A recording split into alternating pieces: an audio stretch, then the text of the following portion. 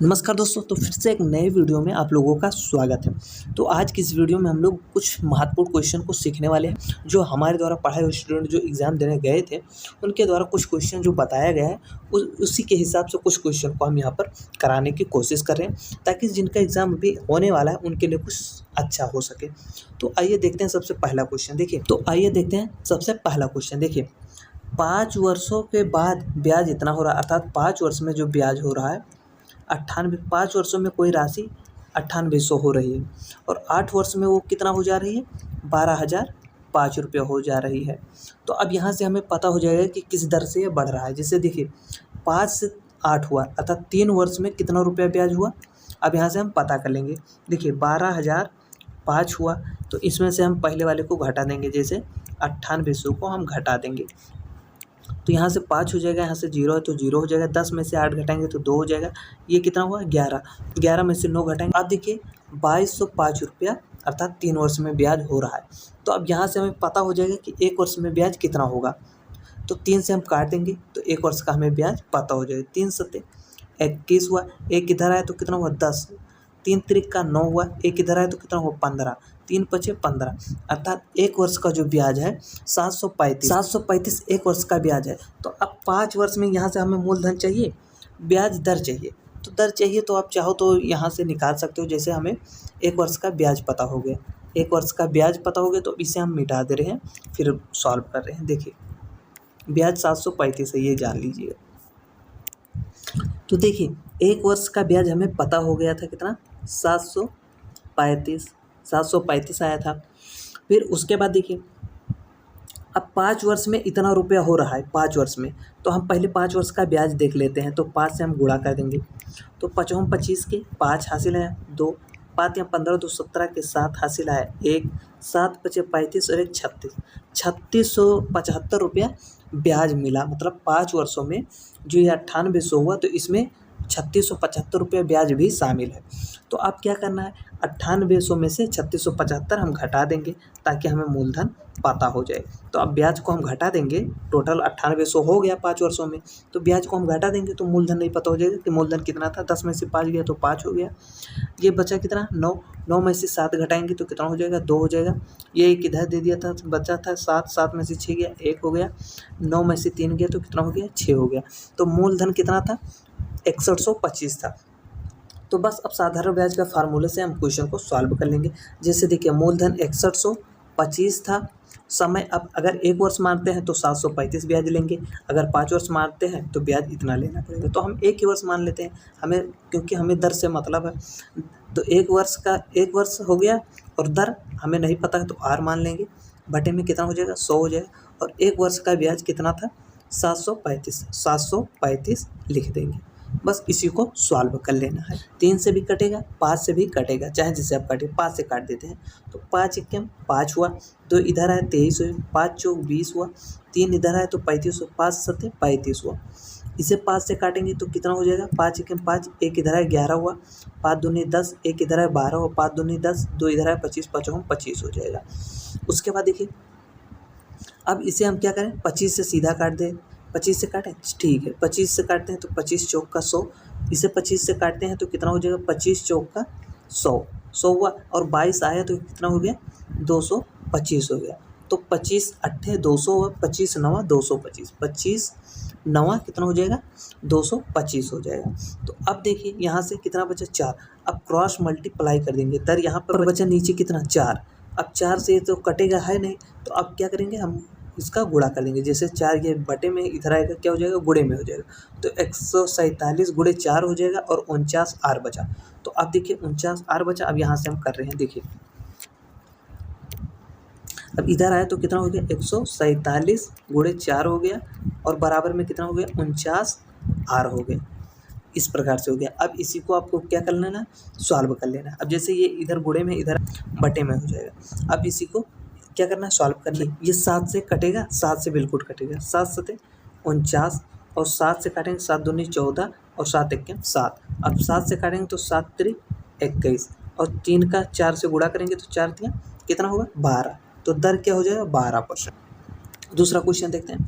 देखिए 2 संख्याओं का योगफल इतना दिया, 2 संख्या जैसे a प्लस b, दो संख्याओं का योगफल 33 दिया है और इनका एलसीएम और एचसीएफ इतना दिया है। तो अब ये तो आपको पता होगा कि पहली संख्या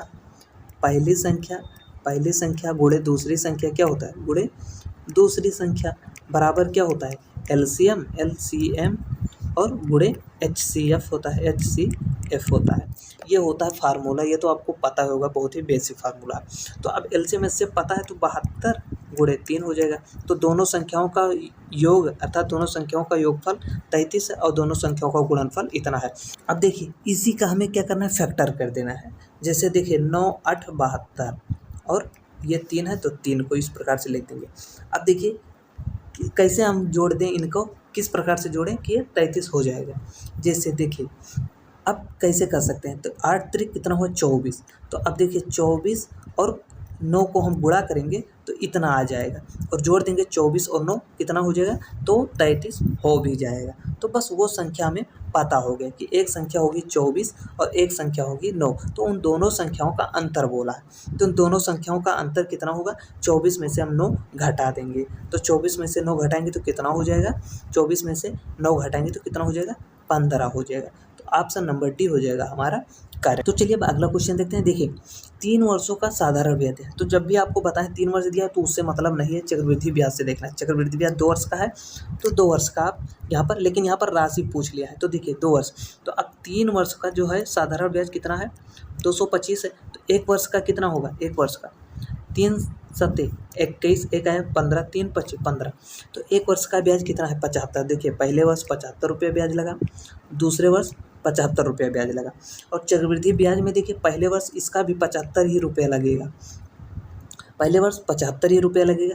दूसरे वर्ष ये कितना एक्स्ट्रा लगा, जैसे देखिए 153 में से 75 को घटा दीजिए, 75 को घटा दीजिए तो 13 में से 5 गया तो 8 हो जाएगा और ये 14 हो, 14 में से 7 गया 7, 78 हो गया। तो अर्थात देखिए दूसरे वर्ष 75 की जगह पर चक्रवृद्धि ब्याज के हिसाब से 78 लग रहा है, लेकिन साधारण ब्याज से 75 ही लग रहा है। तो बस यही यहाँ से हम दर निकाल सकते हैं। जैसे देखिए पहले वर्ष 75 था, अगले वर्ष 78 हो गया, तो कितना एक्स्ट्रा हो गया, 3, कितने पर, 75 पर, 75। अब गुणे में हम कर देंगे 100, तो यहाँ से हमें दर पता हो जाएगा। जैसे यहाँ से काट देते हैं तो 3 से काटेंगे तो 3 दूनी 6 हो गया, एक आया 15 हो गया, 3 पचे 15, 25 चौक के 100, दर कितना बन गया 4%। तो दर हमें पता हो गया। तो अब यहाँ से हम क्वेश्चन को बहुत ही सिंपल तरीके से सॉल्व कर लेंगे। इसे हम मिटाते रहें, उसके बाद हम क्वेश्चन को सॉल्व करते हैं। दर हमें पता हो गया, दर कितना है 4%, दर दिया हुआ है 4%। तो अब देखिए इन साधारण ब्याज के हिसाब से हम कर लेते हैं। जैसे देखिए क्या होता है, ब्याज बराबर क्या होता है, ब्याज बराबर होता है मूलधन, फिर से लिखते हैं। उसके बाद समय होता है, समय 3 वर्ष दिया है तो 3 वर्ष नहीं 1 वर्ष का लीजिए, क्योंकि 1 वर्ष का हमें ब्याज सीधा पता है कि 75 रुपये हो रहा है। तो 1 वर्ष लेंगे, दर हमें पता हो गया 4% है और बटे में हम 100 कर देते हैं। उसके बाद देखिए 1 वर्ष का ब्याज भी हमें पता है, कितना है 1 वर्ष का ब्याज 75 रुपये है। तो बस इसी को सॉल्व कर लेंगे, मूलधन हमें पता हो जाएगा। जैसे देखिए 4 से काटेंगे तो कितना हो जाएगा, 25 हो जाएगा। तो अब ये इधर बटे में इधर आएगा तो गुणे में हो जाएगा, तो 75 गुणे 25 कर देना है, बस यही आपका उत्तर हो गया। तो 25 पंचे 125 के 5 हो गया, हासिल आ गया कितना 12, 25 सत्ते कितना हुआ 175, 175 10 85 और 2 87, 100 कितना हो गया 87। तो 1875 रुपया इसका मूलधन अर्थात इसकी राशि निकल कर आ गई 1875। ऑप्शन नंबर ए हो जाएगा हमारा। तो चलिए अब अगला क्वेश्चन देख लेते हैं। देखिए अगला क्वेश्चन दिया है, ललित दौड़ का पहला हिस्सा 660 एमपीएच की गति से और दूसरा हिस्सा 440 एमपीएच की गति से तय करता है, तो दोनों हिस्से के औसत गति क्या होगी। अब देखिए यहाँ पर जब दोनों गति दिया हो और औसत गति पूछे तो इसका फार्मूला होता है 2 गुणे दोनों चालों का गुणनफल। तो दोनों चाल कितना है 660 और 440 है और बटे में दोनों चालों का योग। तो 660 और 440 कितना हो जाएगा, 6 4 10 और 60 और 40 100, तो कितना हो जाएगा 1100। तो बस दोनों का योग कर देना है, यही फार्मूला होता है। अब इसी को सॉल्व कर लेना। जैसे देखिए 1 0 यहाँ से 1 0 यहाँ, 2 0 कट गया, 2 0 यहाँ से कट गया। अब 11 से काटेंगे तो 11 छक्का कितना हो जाएगा 66। अब देखिए 66 हो गया। अब 6 का 2 से गुणा करेंगे कितना हो जाएगा 12। अब 44 को 12 से गुणा कर देना है, बस औसत गति निकल कर आ जाएगी। तो 12 चौक कितना हो जाएगा, 12 चौक 48 के 8 हासिल आया 4, 12 चौक 48 और 4 कितना हुआ 52 हो गया।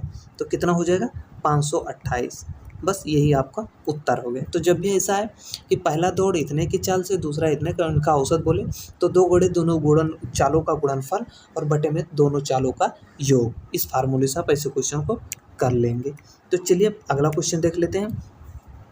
देखिए दो संख्या अंतर जैसे a माइनस बी, दो संख्याओं का जो अंतर है उनमें से बड़ी संख्या का 20% के बराबर है, बड़ी संख्या के 20% के बराबर है, अर्थात बड़ी संख्या a है तो बड़ी संख्या के 20% के बराबर है।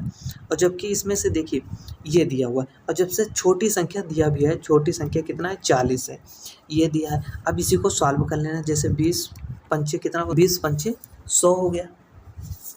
अब देख लीजिए अब इधर कितना हो गया, जैसे a माइनस 40 और बराबर इधर क्या हो गया a बटा 5।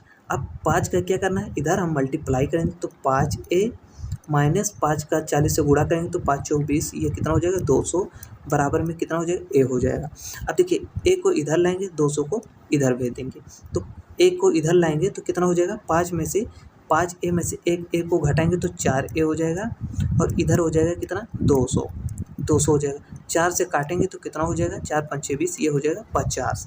तो a का मान अर्थात बड़ी संख्या कितने निकल कर आ गई 50। तो ऑप्शन नंबर डी हो जाएगा हमारा करेक्ट। तो जब भी ऐसा क्वेश्चन आए तो इसी कंसेप्ट से आप कर लीजिएगा। तो चलिए जान लेते हैं ऐसे क्वेश्चन को कैसे किया जाता है। हम पहले भी बता चुके हैं।